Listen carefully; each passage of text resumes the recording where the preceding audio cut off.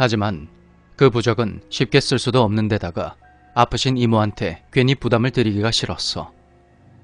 이모 역시 평소 같았으면 미리 해주셨을 테지만 체력적으로 부담이 많이 되셨는지 딱히 말씀이 없었어. 그래서 그 공간은 내 집임에도 불구하고 평소 지갑에 넣고 다니는 부적 없이는 마음대로 갈 수가 없는 그런 곳이 되고 말았어.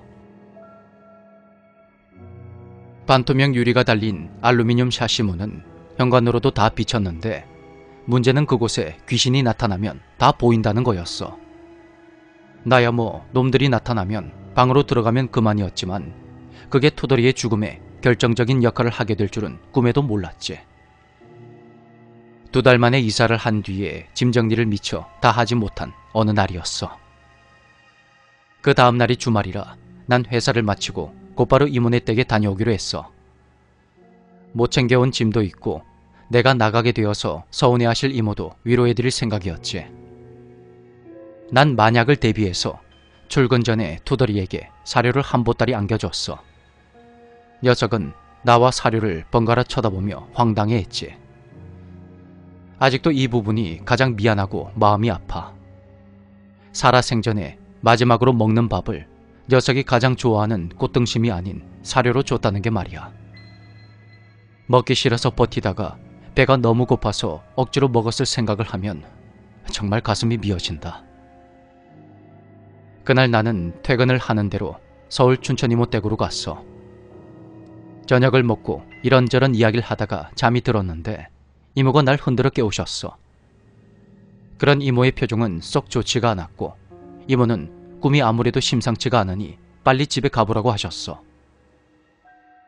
이모가 말씀하신 집은 부모님이 계시는 본가가 아닌 내가 자취를 하는 집이었지.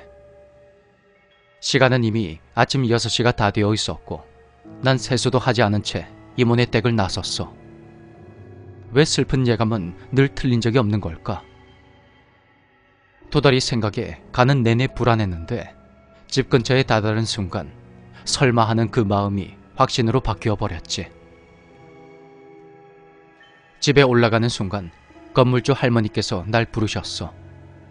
마음이 급했지만 일단 인사는 드려야 하기에 애써 웃어 보이며 고개를 숙였는데 대뜸 집에서 개를 키우냐고 물으시는 거야.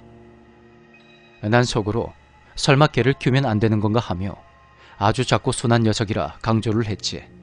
그런데 돌아오는 대답은 내가 예상하는 그런 게 아니었어.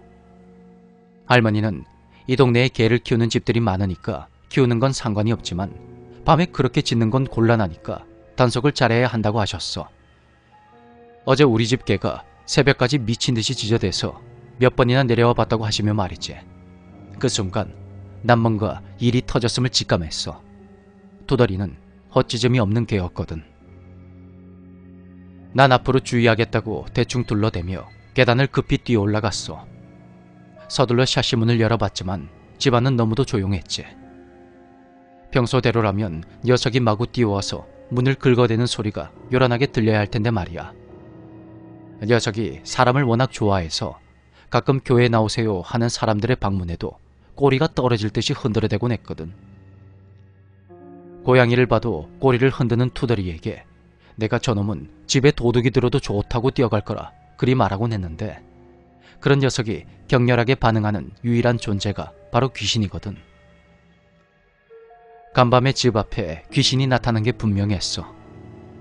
난 아무런 기척이 없는 집을 바라보며 투덜이를 계속 불렀어. 떨리는 손으로 안쪽 현관문을 열어보니 두 눈을 부릅뜬 채 죽어있는 투덜이가 날 맞았어. 난 재빨리 투덜이를 안아들었어. 녀석의 몸은 이미 뻣뻣하게 굳어서 싸늘하게 식은 지 오래였지. 투덜이의 마지막 표정엔 격렬한 분노가 분명하게 나타나 있었어. 밤새 현관문은 얼찌나 긁어댔는지 두 앞발의 발톱이 몽땅 빠진 채 피범벅이 되어 있더라고. 생기를 잃은 두 눈은 초점 없이 허공을 바라보았고 난 그런 녀석을 한동안 물끄러미 바라만 봤어. 녀석의 눈을 감겨주고 싶었지만 시간이 많이 지난 탓인지 아니면 분하고 원통해서인지 끝내 눈을 감겨줄 수가 없었어. 난 하얗고 깨끗한 새 수건으로 투덜이의 얼굴을 덮어주고 녀석을 오랫동안 쓰다듬어줬어. 뭘 어떻게 해야 할지 아무 생각도 나지 않아서 하루 종일 옆에 앉아만 있던 나는 저녁 무렵이 다 되어서야 새 수건을 더 꺼내다가 도다리를 감싸 안고 산으로 갔지. 난 양지 바른 나무 아래에 구덩이를 파서 녀석을 묻었어. 흙을 덮기 전에 마지막으로 도다리의 얼굴을 한 번 더 봤는데 그제서야 녀석의 죽음이 실감나더라. 더 이상 도다리를 보지 못한다는 생각에 눈물이 왈칵 쏟아졌어. 터덜터덜 집으로 돌아와서 도다리의 텅 빈 집을 바라보니 녀석의 빈자리가 어찌나 큰지 새삼 느껴지더라고. 난 그날 밤새 소주를 들이키며 울고 또 울었어.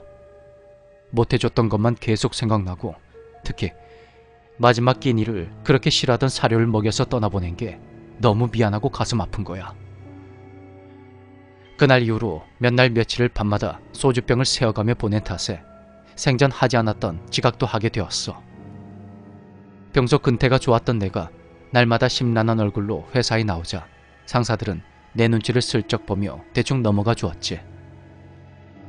녀석과의 이별 후에 내 컨디션을 찾기까지는 꽤 오랜 시간이 걸렸어.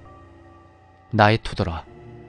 그곳에선 그토록 좋아하던 꽃등심도 실컷 먹고 건강하고 행복해. 정말 고맙고 미안하다. 그리고 참 많이 보고 싶다.